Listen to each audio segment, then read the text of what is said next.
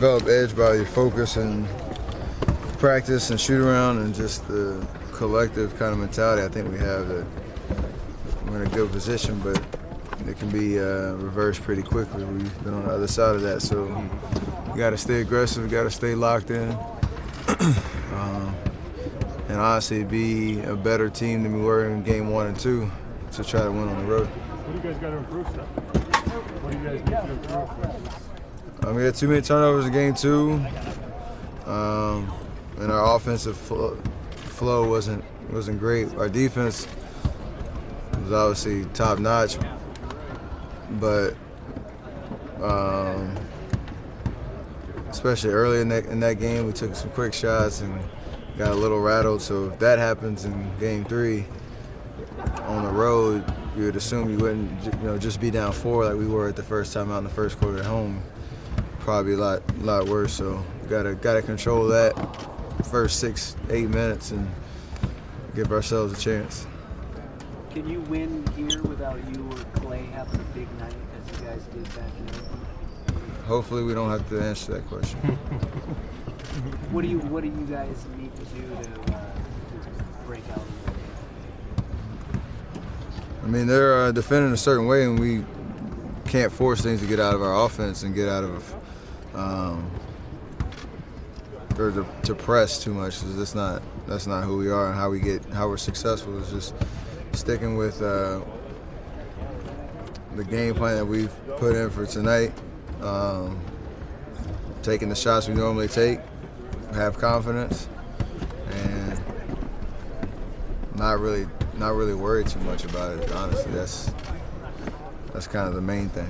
Steph, how do you guys keep the edge, just knowing how desperate Cleveland is at this point? And how do you make sure that you want it more than that? I don't really know how we do it. We just have to do it because it has to be how we prepare our minds and bodies. Today, leading up to that, like I said, that first 6 minutes of the game, because they're going to feed off their home crowd's energy. They're going to come out with, like you said, desperation.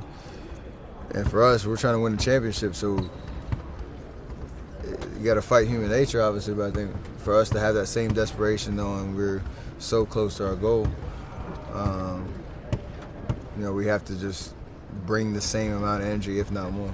When you watch game 2, just how uncharacteristic did some of those fouls seem when you, Steve was saying yesterday that he was still a little bit miffed about the situations, and I guess you got yourself in a couple of times defensively. Just how difficult was that for you to watch? Again, sort of out of character for you, it seemed like. It honestly didn't take watching the film. I knew right when I did the last 2, really. Trying to get a little greedy with getting steals is basically all it was. I was in good position defensively, in between my man and the basket, make him finish over with a tough finish. That's what we teach defensively, is not bail guys out, and I did, so I'll learn from it. Seth, does the absence of Ken Love change anything for you guys in terms of game plan? How do you expect Cleveland? I mean, yeah, it changes just the expectation of who's going to get the minutes, and Kevin has a certain skill set that's tough to handle. He can space the floor, knock down threes. He can get some touch on the block. So whoever's filling those roles are going to do something different. Whether it's Channing, whether it's Mozgov, whether it's Richard Jefferson. You just got to know your personnel and adjust.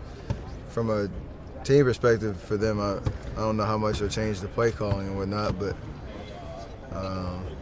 you just got to know who's on the floor and how to guard them.